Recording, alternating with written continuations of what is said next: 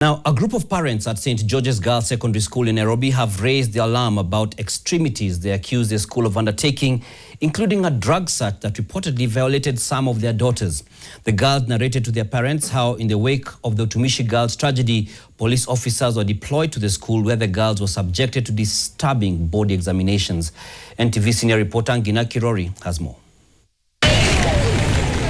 The norm would dictate that after a break on the first day back at St. George's Secondary School along Dennis Pitt Road in Kilimani area, students would be welcomed back by teachers at the tent set up in the school's field.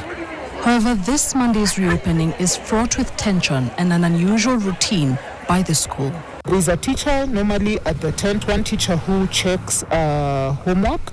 Then there's another teacher who checks if they have fee balances. Then now they proceed to the dorm area for inspection. Today, funny enough, there is no teacher on site. The guards who are here are the ones who are telling us that we should, if you have a balance, you go to the office. If you don't, the child proceeds. This may be linked to anger that was building amongst parents. On June 5th, 2026, St. George's Girls School management made the decision to close the institution following unrest in nearby schools in the wake of the Utumishi girls' tragedy. As most parents picked their children up, they were unaware that a disturbing incident would later be narrated to them by their daughters. We explained quite a lot of the ordeal that she went through. Quite an insult. There was somebody who was at the tuck shop who was searching. She didn't have gloves. She put her fingers into her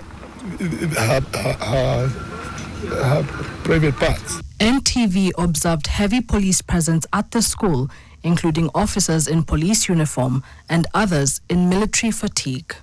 Kilimani Sub-County Police Commander Patricia Yegon, who also commands Kileleshwa Police Station, confirms that the person who searched the girls is a police officer. She adds, the school is under the jurisdiction of Kileleshwa Police Station. They have an arrangement with a specialized K9 unit to conduct searches at the school. The incident concerning the conduct of the officer and the incident has been reported to the police and is under investigation. Communication seen on a parent's phone from the chief principal of the school, Asumpta Mwangi, indicates that she apologized for the incident, linking it to concerns that had sprouted from the Utumishi girls' fire tragedy. When I authorized the measures that preceded the release of students on the 5th of June, my foremost responsibility was to ensure that no risk, however small, was left unattended. I acknowledge that some of the processes and actions undertaken caused discomfort, concern, or distress to some students and parents. If that was your experience, I am truly sorry, the message reads. The parents say that they are not opposed to drug searches in schools, as they can prove to be important in curbing the vice. However, in this case, the means does not justify the end. As a matter of fact, one child did say that when they were searched, they knew that those who are doing that, they said, your parents have given a consent that we should do it this way.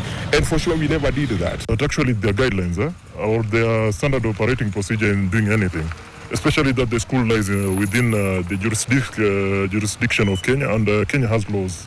Time they striked and got out of school, the same thing happened. They were just handpicking specific students and they were accusing them of something they have not done.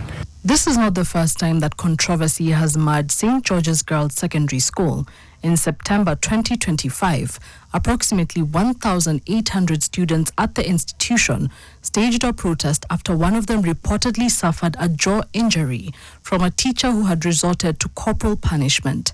The students broke the school gate and poured into the streets at night, demanding that the teacher be arrested.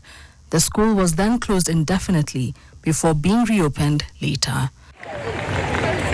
Ngina Kirori, NTV.